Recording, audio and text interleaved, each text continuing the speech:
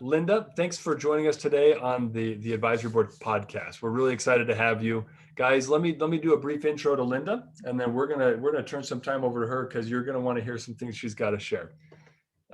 Linda she's been in business and franchise consulting for about 30 years. Is that right now, Linda? Yes. And she doesn't look it. She started when she was about 5, but Linda, she is an expert in interpersonal communications and networking and all of these different aspects. It's a really interesting niche of the intersection between franchising, franchise brokering, franchise consulting, and also networking and consulting in like teaching franchisors and franchisees how to actually build a business, which seems so funny to me, Linda, but it's this gap that we have all these operations documents and all of these tools and resources, and then these franchisees buy into a franchise concept who are very successful accountants and CFOs and firefighters and military personnel, and they've never once been taught how to talk to a human and try to sell them something.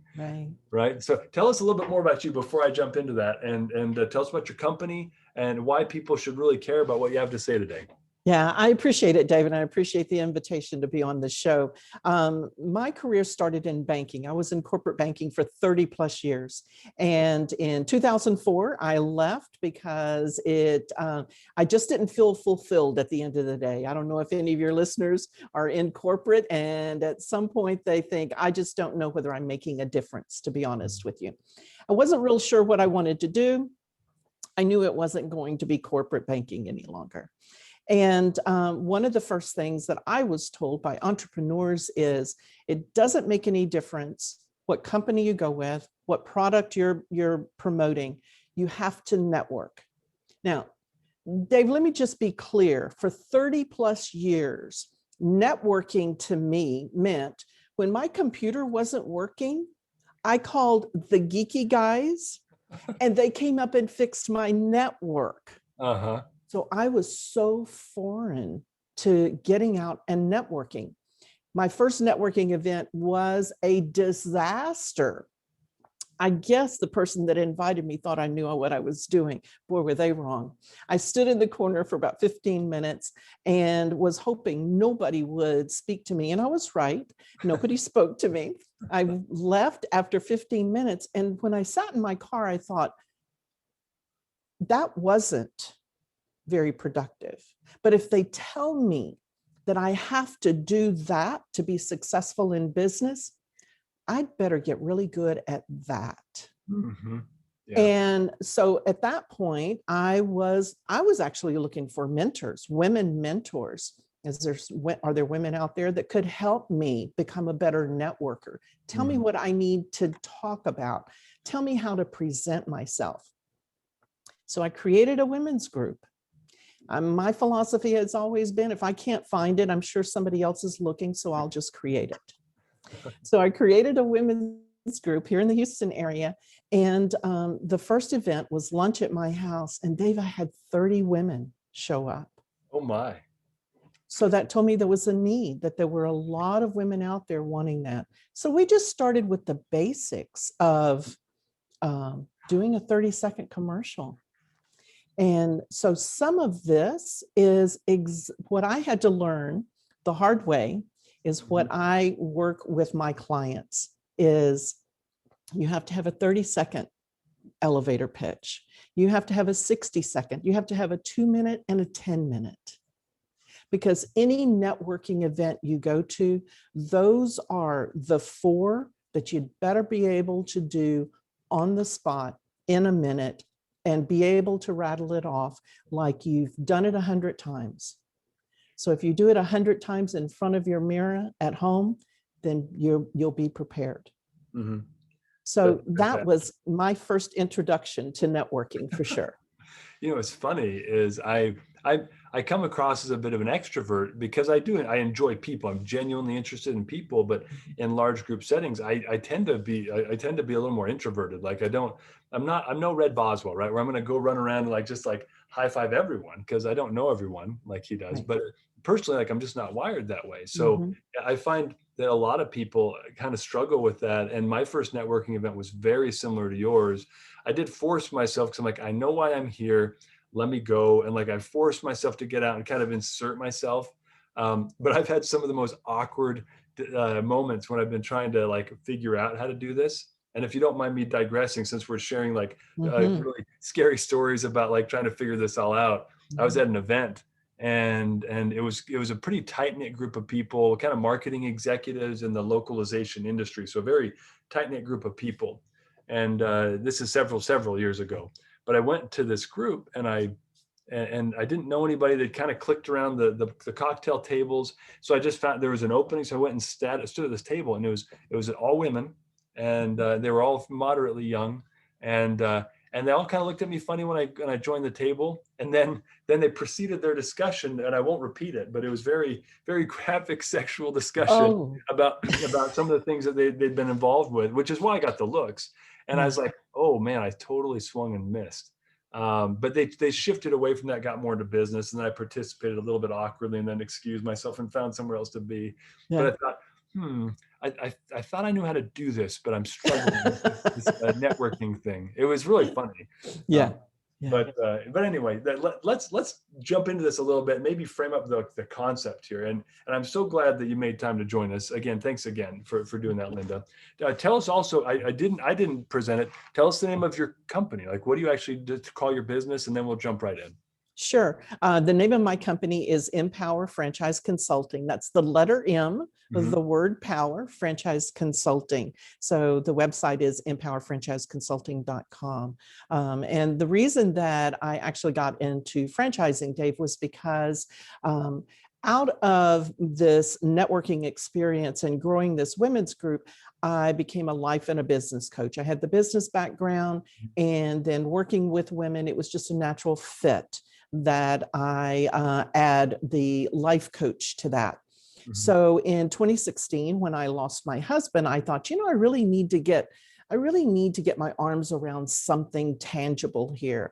And I was introduced, my financial advisor introduced me to a friend of his, and he was a franchise consultant, a franchise broker. And when he talked to me about the conversation that he had with his clients, it was very similar to the conversation I have with my clients. Mm-hmm. What are your skills? What is your passion? What do you want your lifestyle to look like? So at the end of my conversation as a life coach, I would say, now that we have discovered that, why don't you go out into the world and find that thing? Mm-hmm. And the franchise model, that franchise piece, was the missing piece of the puzzle. Yeah. So I have that same conversation, and then I can say, hey, let's see if we can find something that taps into all of that. So that's how I got into franchising. Yeah. Well, a natural fit at that point, really. I Yeah. love it. Yeah. And now, one other thing I want to know just before we jump in is you also have a great podcast series that you host. What's the name of the podcast? So as people, they say, I love Linda, I want to hear more from her. How can they hear more from you? Yeah. So the name of my podcast, my radio show, I've been doing it since before podcasting, and that's when we called it radio shows. It's called All Things Franchising. And I've been doing that particular show for a couple of years now, but I've done shows since 2008 on different topics. So this has really been great to kind of dovetail that into what I do. Yeah, well, we're glad to have you. Let's jump into the first thing I would like to do is kind of frame up this gap that you and I were discussing. That's kind of the whole reason we decided to get together and have this conversation today, is the gap between what I described very briefly earlier of all these franchise owners coming in, buying concepts, buying successful businesses, but not having the soft skills. I'd classify it as a soft skill. Absolutely. Being able to engage with other people, network, and develop business, and have those critical conversations that help them to scale. And really, a lot of the if you want to predict success in franchise, a lot of it has to do with the skills that often aren't included in the avatar that they're recruiting for at the corporate office for their franchise owners, which is another, maybe we can jump into that later, but can you frame this up in more depth? Like, tell us more, Linda, about how you've observed that gap, and then let's start transitioning into what do you do about it if you're a franchisor and recognize your Z's don't have these skills? Yeah, sure. That's really good questions there. So one of the reasons that I saw right up front that there is that gap is even though I didn't go into franchising when I left corporate, I was one of those folks. I was one of those folks that came out of corporate and I didn't know how to do a 30-second commercial. I didn't understand how to read body language. I really didn't understand that networking is part of the marketing plan. So what happens many times with a franchisor is they will say, oh, and you need to network. You need to get out into the community. Right. Well, if somebody had told me that, and they did tell me that, I needed step by step how to do that. I needed to know, how do I properly shake hands? And that's what I teach in a lot of my networking classes. We start with the basics.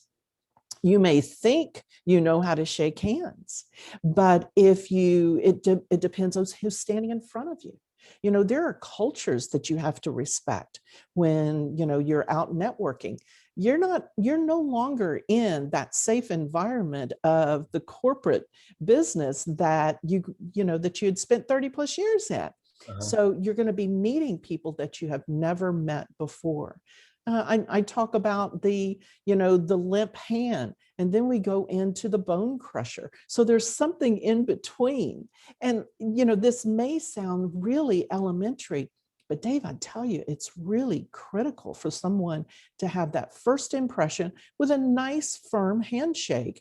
But it doesn't come across as though they're controlling or they're overbearing. So all of that, or that they're not self-confident. So you've got both ends of the spectrum there for sure. Yeah, it's funny, the handshaking world. I know this is obviously pivoting a little bit with COVID, so let's talk about that in a sec. But there's the car salesman that tries to assert dominant with the grip and twist. I mean, there are also weird psychologies behind like handshakes. Tell me, I mean, how is this changing with the pandemic? Because people are still meeting. They're still, in some places, they're still able to have networking events and things like that. What are some social etiquette things you'd recommend people consider now, even though you might not be able to grip hands in the same way? I still kind of prefer to, but not everyone's comfortable with that. So what would you recommend as an alternative for people if they're in a networking situation like that? So I think you have to be able to read the other person. There has to be that mutual agreement that, yes, we're going to shake hands. Now, in the business community, especially here in the South, when we know someone and we've been networking with them for a while, instead of handshake, we hug. That's just kind of what we do, And so that's kind of gone by the wayside as well. There are not as many networking opportunities, face-to-face networking opportunities.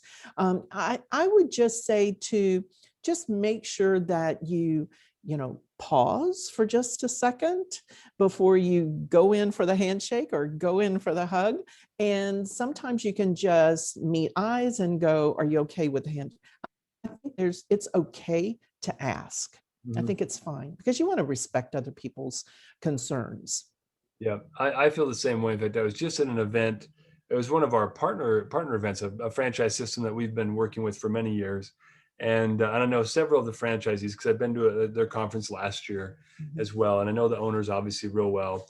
But when I got in, that was kind of what I discovered myself is it's the first time I've been at an event. Well, I've been at a couple since then, but very few. And these people are coming from all over the country, from California, East Coast, West Coast, Midwest, Rockies. And so every time I saw someone that, sometimes their body language says, hey, I'm going to give you a hug. Right.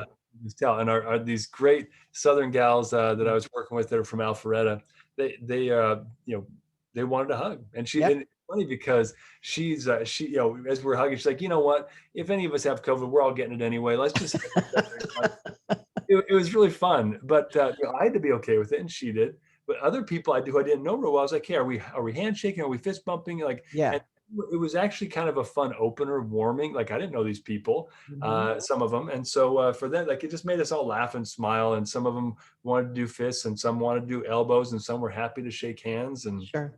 but it was actually kind of a fun icebreaker for people Yeah. to ask the question, which I Yeah. found, nice to have Yeah. that. Yeah, definitely.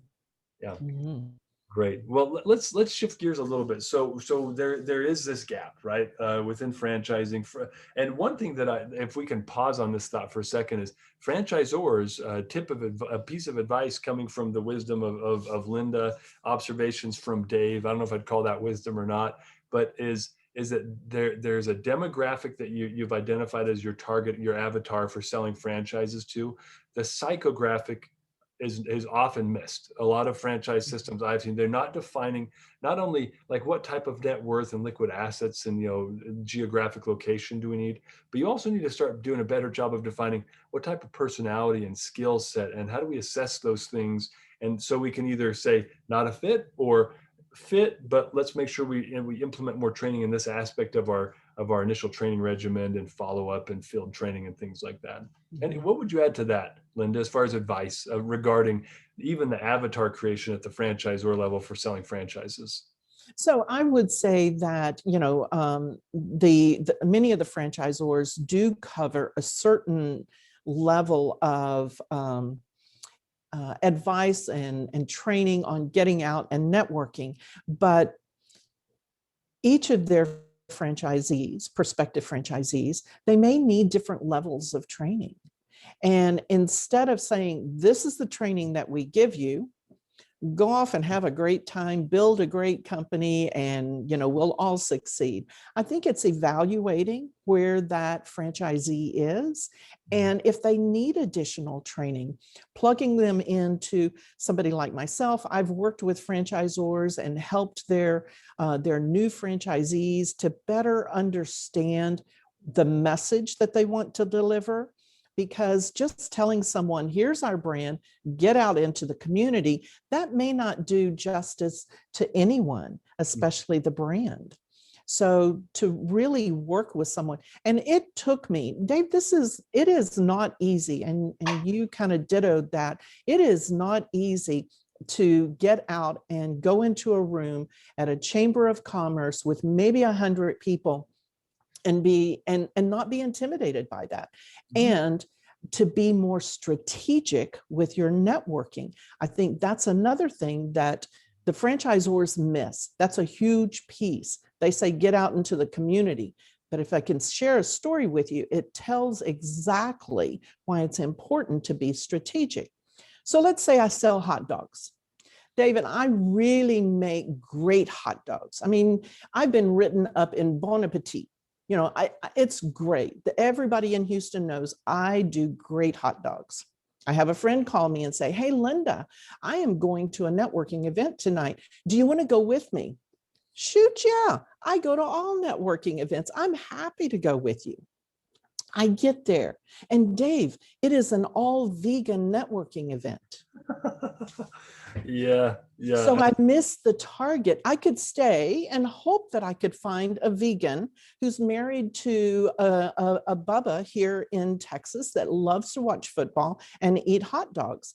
But that's not where my time should be well spent.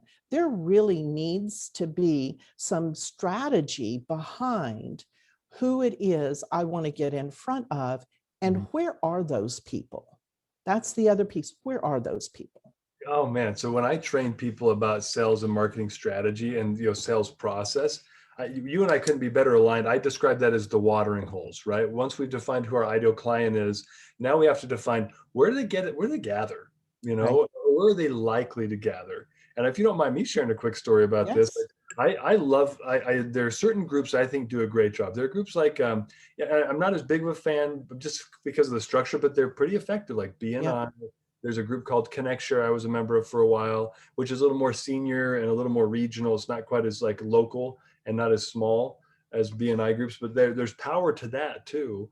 I was going to this group and I realized, so my primary market is franchisors and home service, personal service, pet care, elderly care franchisors. And I was in this group for about a year. And about 9 months in, I realized, like, wait, and I loved it. Great executives, great friendships, couple of deals that came out of it, but it was really an enriching environment with a lot of amazing people. At about 8, 9 months in, I realized I'm putting 10 hours a month of my life into this. Right. And only one person there was even, well, two people were even related to franchising. One of which was, she and her husband owned cookie cutters, kids haircuts, great people. And, we have a good relationship. The other one was a franchise business law group.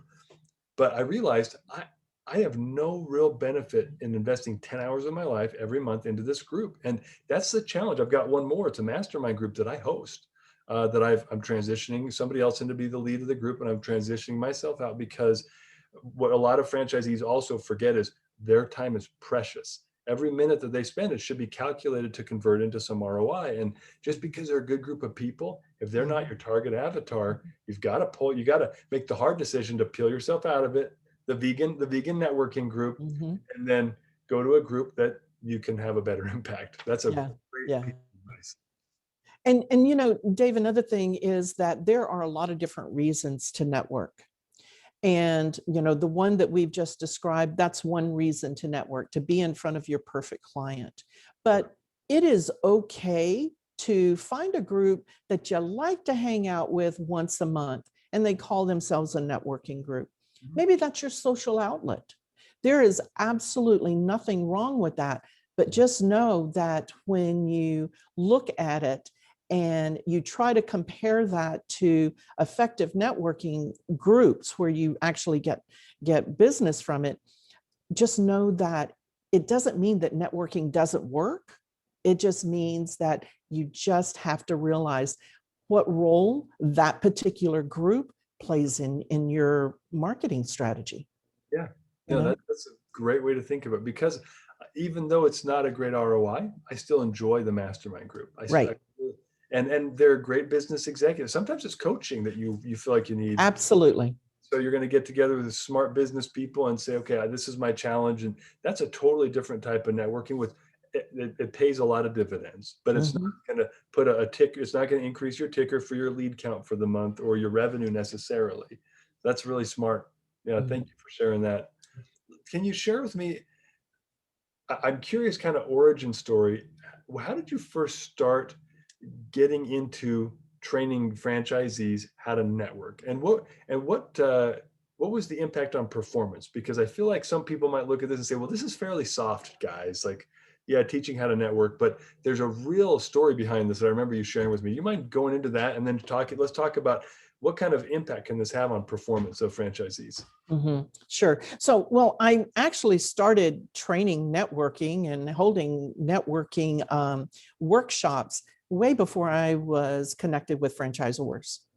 I was doing it for the women's group. I was doing these presentations for, Rotary clubs, for the chambers of commerce. And then I would have workshops off to the side. Yeah. So there are, and we've identified some, there are so many different ways to network.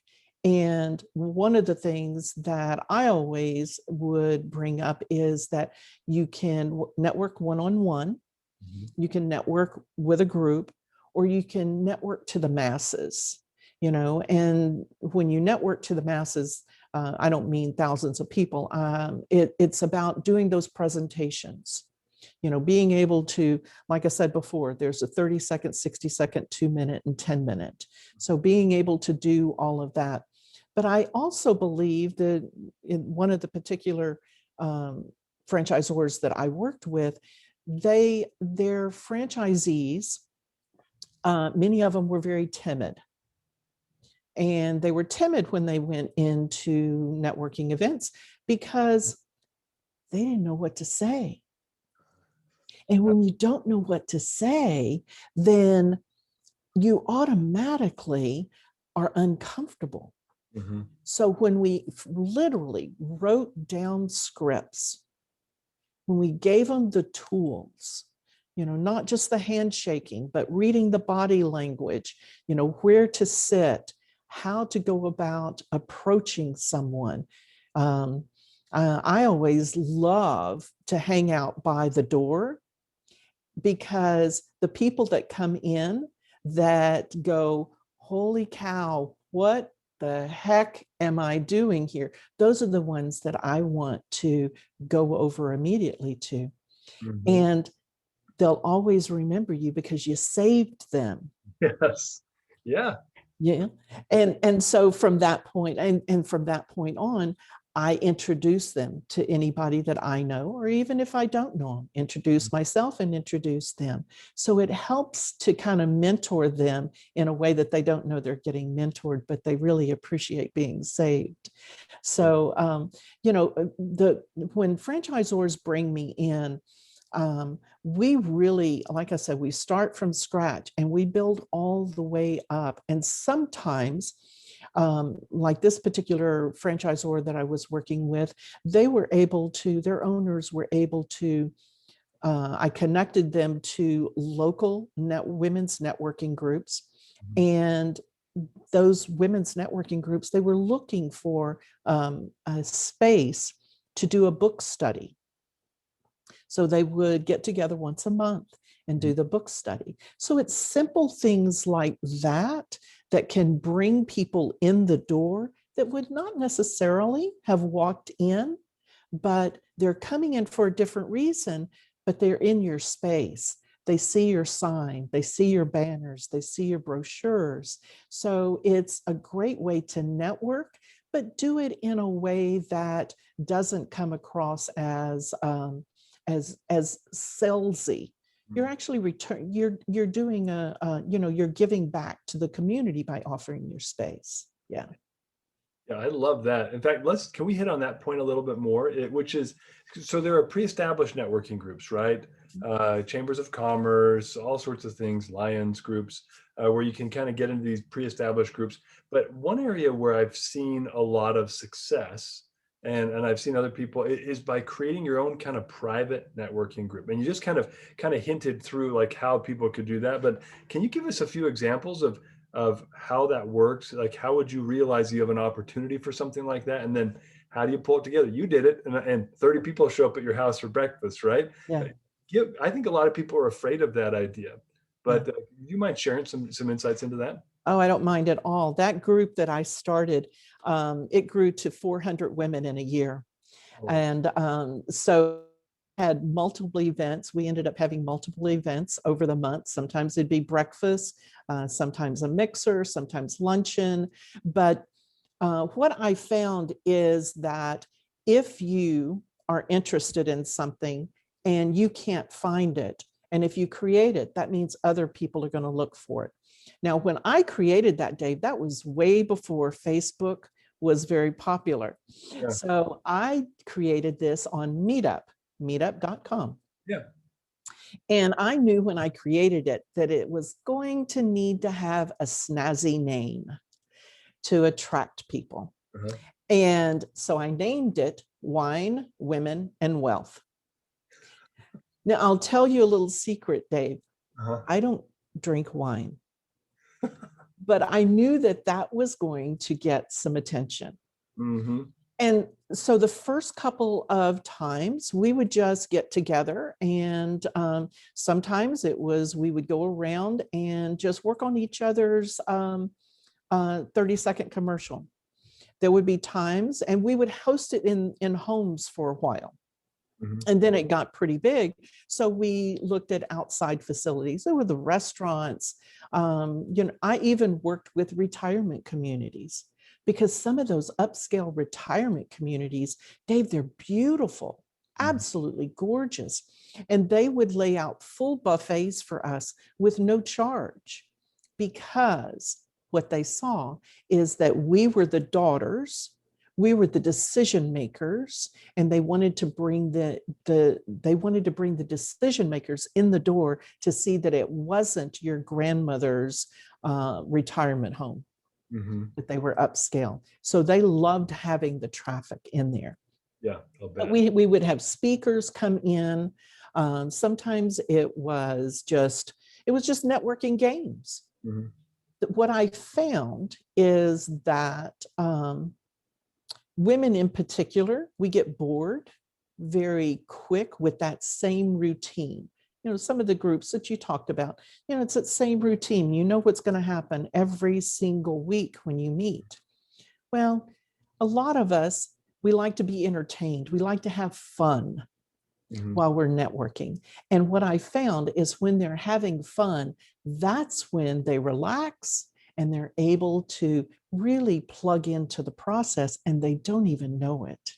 Mhm. So I would say if someone is thinking about launching something, you could launch something with as few as 4 to 6 people. And then it can grow from there. But using a platform, even using a platform like Facebook, using a platform like Meetup, I still think Meetup is a good platform to use.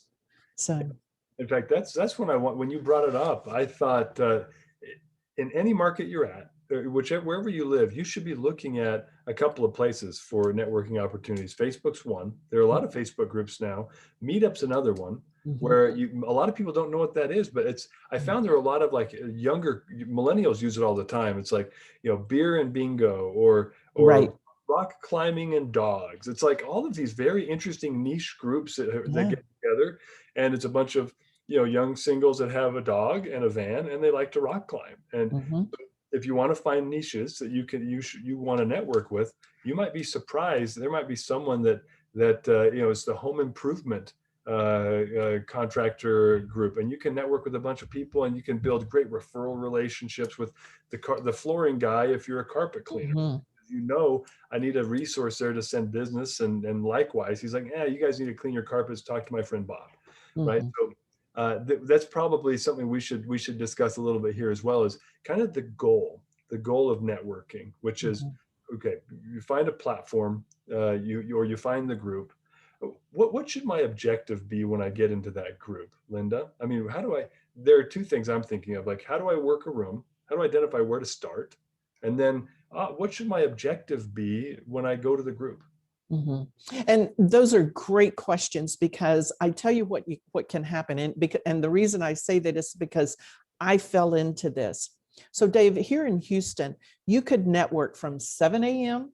until 10 p.m. at night, probably every single day of the week. Hmm. And I got caught up in that, and I thought that's what I was supposed to be doing. I'm Hmm. networking, so I just go from one network event to the other. It didn't take long for me to get burnt out very quickly. Yeah. So that's when I started being very strategic with the groups that I belonged to, the events that I actually went to. And I also was okay in saying, I don't do mixers. Hmm. They happen at night. I can do something 6 o'clock in the morning better than I can 7 o'clock at night. So just finding out those simple things will allow you to be your best. Now, my advice to someone who's just starting out and they go to these chamber events where there's 100 people, I say take 3 business cards. Don't keep a stash in your car, take 3 business cards. Be very strategic with who you hand those cards out to. I was asked one time, so what do I do when I give that third one out? I said, go home. Go home. Because Dave, if you think about this, and if you go to 2 or 3 events a week, you hand out 3 cards, how many people can you logically and realistically follow up with effectively? So let's just get real. Let's don't overwhelm. You've seen those people that paper the room with their business cards. Yeah. Yeah, that's in some networking events. That's the shtick: is come and meet 100 people in 2 hours. To be real honest with you, I hate those events because Right. no one you need to know anybody, and Mhm. and you're just passing cards around. And I've never once thought of giving a referral or introducing someone there with a 2-second intro. It just there's no relationship. Right. So, yeah. So now let's dive into your recommendation. Bring 3 cards, and what am I looking for with these Mm. 3 cards? What should I really be? What's my objective with them? So before you go, that is something that you need to figure out. Are you looking for a customer? For me, I'm not looking for customers, Dave. I'm looking for referral partners Hmm. Yeah. because that is the magic dust to anybody's business is the referral partners. So I think about those industries that would be a really good fit for me. For me, maybe it's a career coach. So when I go in and I'm talking to someone, I will even say, great to meet you. Do you happen to know any career coaches? I'm looking to meet one tonight. So if you have if you know someone, I'd love an introduction. That's what we're there for, right? Yeah. Nobody's going to say, I'm not giving you an introduction. They're not going to do that. That is what we're there for. So when you do go to those events, just be really, really focused on who you want to meet. I even will look, if it's available, I'll look at the list of attendees before I say yes. Mm-hmm. And if there is no one in that list of attendees, I may opt out because I want to make sure that people that I want to meet are going to be in the room. Yeah. And when I meet that person, I'm not going to have a long conversation with them, Dave. I'm going to say, hey, I tell you what, I know you're here to network just like I am. I don't want to take up any of your time, but let's schedule coffee next week. I really want to get to know you. And in that first meeting, I don't want to talk about business so much. I want to get to know who you are. Just because you have the right product or service that is compatible to what I'm doing, that doesn't mean that we have the same business ethics. And folks, when you come together and you have identified someone as your referral partner and you come together, you better be sure your ethics align. Because if not, and you refer one of your clients that you've worked really hard to cultivate and to hang on to, and if you refer them to this person and they're not handled in the same manner, you could use your client. Yeah. I've done that actually accidentally in the past, where I've said, "Oh, I know someone who's really good at that." From what I hear, right. Refer them over, and then they never get a phone call. I'm following up with them, trying to get them to call them back, and it's embarrassing. Sure. And fortunately, it's more egg on their face than yours if you have to get involved and try to remedy. But even then, it's still, the next time you have a referral for them, they're going to probably take it with a grain of salt. And so sure. You're some equity there in that relationship. Exactly. Yeah. I like what you just said there. So something that I do, and this might be a mistake. I tend to, as I'm working through a room, just meeting people, kind of floating from place to place, looking for openings, because there are clear people that are locking horns and having a deep discussion where it's awkward, to go and stand and kind of wait awkwardly. So can you give some advice about, like, as you come into a room, where's the best place to start, and how do you identify through body language where is a good place to engage? Because that's, I think, a really hard part of networking. Yeah. When I first come into a room, I actually look for the loners. Because I know that they're there to network, but they don't know how to step in. They don't know, they're saying, they're all by themselves. They're saying, I'm open for conversation. So that's where I begin. But you brought up a really good point about those people that are in a conversation. And that's part of that, reading that body language. Because if two people are standing face to face, they are saying this is a closed conversation and we are not accepting anyone else in this conversation. Yeah. Now, if they are slanted out a bit, then they are welcoming someone else to join the conversation. And I've had people walk up and stand next to me, even though we were in closed conversation, and it is awkward. You almost have to stop your conversation to allow this other person in, because clearly they're not going away. So, but learning how to read those body languages will save you, will allow you to easily flow through the room. Yeah. That's one reason why I love the round tables, like the round cocktail tables, because it's fairly easy to keep kind of that open body language environment. Right.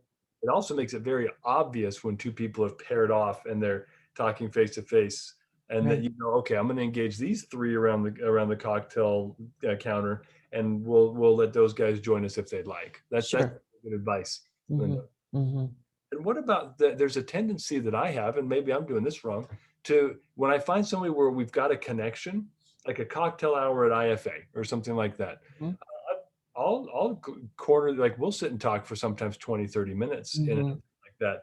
When is that okay? And when is that a mistake? Yeah, I think some of it depends on what kind of time do you have? You know, if you're at a conference and both of you there for a couple of days, then you've got lots of time and you're not infringing on their networking time as much as you would be at a 2-hour Chamber of Commerce meeting. Yeah. So I would say at a conference, you know, sitting down with someone for 20, 30 minutes and you really hit it off, I think that's really good. I would discourage against that when you're going to a networking event like a chamber. Yeah. And this is, I think, where body language comes in too. Again, you can tell when somebody is really there, you know, if they're locked in and all they're focused on is you in that conversation. Yeah. An ideal referral partner at the event. You know, you're more disciplined than I am, Linda. So I'm sure you'll say, this has been wonderful. Let's schedule lunch and then let's meet outside of this so we can get back to it. But what are some of the signs that if you're chatting with someone and it's going a bit long, that you probably ought to wrap up pretty quick because they're not as into it as you are? Yeah. So, and that's another conversation that I will have is that to begin with, I'm never the first one to speak. When I meet you at a networking event, I want to ask you the questions. I want to get to know about you for a couple of different reasons here. You've come in with a script in your head. You've come in with something that you want to say. Now, you're not going to be able to hear me, Dave, until that recording is played. So you have to say what you want to say before you can hear anything that I say. Another thing that does is, I'll give you this example. So I have a pet service and I love pets. I love all kinds of pets. I walk them, I sit them, I board them. I love pets. Now, if I use my best pitch for my pet service on someone, and then their first response is, I don't like pets, then I have just exhausted really great material on someone that will never be my client. So I let them talk a bit and I'm able to customize my 30-second, my 60-second according to what they say. Because if I talk about, you know, children's education service that I have, and I do this and they don't have kids and kids get on their nerve, and then I have just blown it. You know, I could have been spending that information and that time with someone that was a better fit for me. So, you know, that's the first thing I would say is when you go in, just don't feel like you have to be the one to constantly talk first. Let them talk. And when I would, you know, when they would try to shift the table and ask me questions, of course, I'm polite and I answer that question, but I want to get back to knowing more about them. So for them, it makes it seem more like a conversation as well. And it's more comfortable that way. Yeah. And the interesting thing I find is, you know, Dale Carnegie, right, is the more you listen to people and have an intelligent conversation, ask them meaningful questions, show interest in what they have to say, the more they're going to trust and respect and like you. And so even at the end of that conversation, if, you know, this person isn't a great fit, they don't have any kids. So my children's service, or they don't have any carpets, they have all floor, you know, wood floors in their home. So my carpet cleaning business isn't going to be a fit. They're going to be much more inclined to say, you know, who you got to talk to. Yeah. To talk to Steve over here. He owns a flooring replacement company. Let's get you guys together. Like, that's something I found is often that time isn't a total waste, and don't think of it as a waste. Like, oh gosh. And you see people who are kind of aggressive salespeople in these meetings, right? Immediately disengage, almost rudely sometimes, and say, oh, you don't have any kids? It's really nice to meet you. I'm looking for kids. And then they go and shark around the room trying to find it. It's really kind of uncomfortable. Yeah. Comical for me a little bit, but yeah. Linda, this is great. So let's, if you don't mind, let's kind of transition to parting thoughts, like wrap ups. If I'm a franchisor, and I've got a bunch of franchisees, let's say in a home service business. What are some things that they could be doing right now that would help them identify the needs the franchisees have a need in this area, and also help to remedy some of those needs? Yeah. So, yeah, of course, every territory is going to be different. Whether it's a larger city, whether it's a big city like Houston, every territory, every part of the country is going to be a little bit different. So I think it's important for a franchisor to understand that and to not create these cookie cutter plans that may work in Houston, but it may not work in a smaller town in Texas like El Paso. It may not work. So the franchisor, I think, needs to be sensitive to that to begin with, and also that level of comfort that their new franchisees are coming in with. There are also other ways, and I think you and I agree that there are platforms out there that can help with direct mail so that they get in front of a client or a prospective client by targeting a specific territory. And this is perfect when a new franchisee comes in to open up a territory. So they can go out and they can, send a postcard to those that fit all the criteria of their client, their perfect customer. And, all of that's important. Those are all aspects to get in front of your perfect client. And you don't always have to network. You don't always have to get in front, but you have to be good at that eventually. Yeah, I agree with you. And it sounds like, some other advice that I'm pulling out of this is they really need to provide some messaging for their franchisees, because franchisees naturally aren't going to say, I need a 30, 60, 2-minute and Right. 10-minute elevator pitch that I can use to present myself effectively in this situation. The funny thing is networking situations pop up everywhere. Yeah. I'm coaching my kids' accelerated baseball team, meet a parent all of a sudden. I've had these moments at Lowe's Hardware. I'm standing in line, president of a company right behind me buying some fittings for his bathroom sink. Networking opportunity immediately as you get to know people and say hi. So I feel like regardless of if it's formal or informal, you need these things, these tools. Absolutely. Yeah. Yeah. It needs to roll off of your tongue, just like it happens every day, just like you say it 100 times a day. And that's why I say you just have to practice it. Just by thinking, oh, I know what I do, that doesn't mean that you can give a good 30-second, 60-second, 2-minute, 10-minute. Doesn't mean you have to practice that. That is part of your marketing plan. You have to get good at that. I agree with you 100%. And I wish we had a little more time, because I would love to ask you now that COVID's hit and all these events and everything's shifting to virtual, we may have to have another tip session about how do you do virtual networking now, because that is a completely different ball of wax. It's a little difficult because the formats and the sessions don't allow for it really in the way that you would like. So maybe we'll have to have you follow up Would love to. Yeah. on that. Yeah. Linda, thank you so much. You've been wonderful, and you've shared some great insights with the listeners today. And look forward to probably stealing you again to talk about virtual networking in the future. Would love that. Would Okay. love that. Thanks, Linda. Mhm.